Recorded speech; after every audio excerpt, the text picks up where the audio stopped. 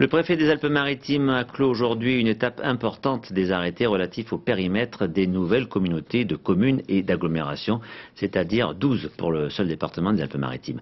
Une réorganisation de la vie suburbaine précédée, on s'en souvient, de débats passionnés ou autres référendums. Alors, avant d'en discuter avec lui, avec le préfet, rappelons quelles sont les communes concernées. Dossier préparé par Stéphane Amar.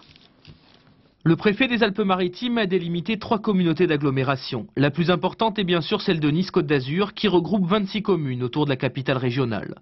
Tout près, celle d'Antibes-Sophia-Antipolis, elle concerne les communes situées à proximité de la technopole. Enfin, à l'est du département, 6 communes du littoral à l'arrière-pays sont accolées à Menton.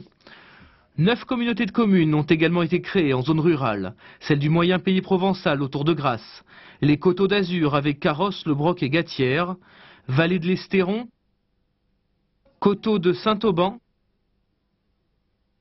Vallée d'Azur autour de Puget-Théniers, Cienvar autour de Guillaume, Tinée autour de Saint-Sauveur, une communauté spécifique autour des stations de ski d'Oron et d'Isola 2000, et enfin Roya, le long de la frontière italienne.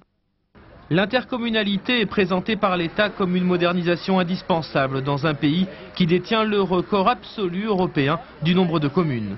La Côte d'Azur s'est révélée très réfractaire à l'intercommunalité. Si plusieurs communes se sont déjà regroupées pour traiter des problèmes bien précis comme les transports ou les ordures ménagères, la communauté fait peur aux petites villes.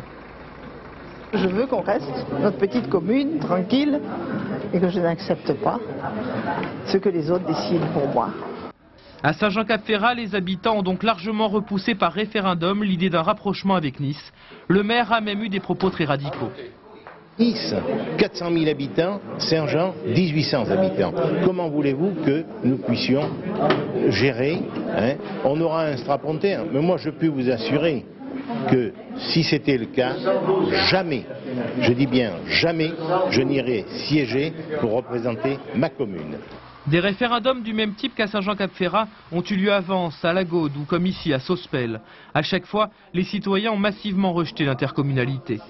Ailleurs, elle est bien acceptée. Habituée à travailler pour Sophia-Antipolis, 14 communes se sont regroupées autour d'Antibes. À l'ouest du département, le canton de Saint-Vallier prépare même un regroupement avec des communes du Var. Pour inciter à l'intercommunalité, l'État verse une prime conséquente aux communes qui se regroupent. La fiscalité est mieux répartie, le poids politique accru. Mais de toute manière, et malgré les manifestations, comme la semaine passée à Nice, c'est le préfet qui en dernier lieu a le pouvoir d'imposer le regroupement. Alors, monsieur Jean-René Garnier.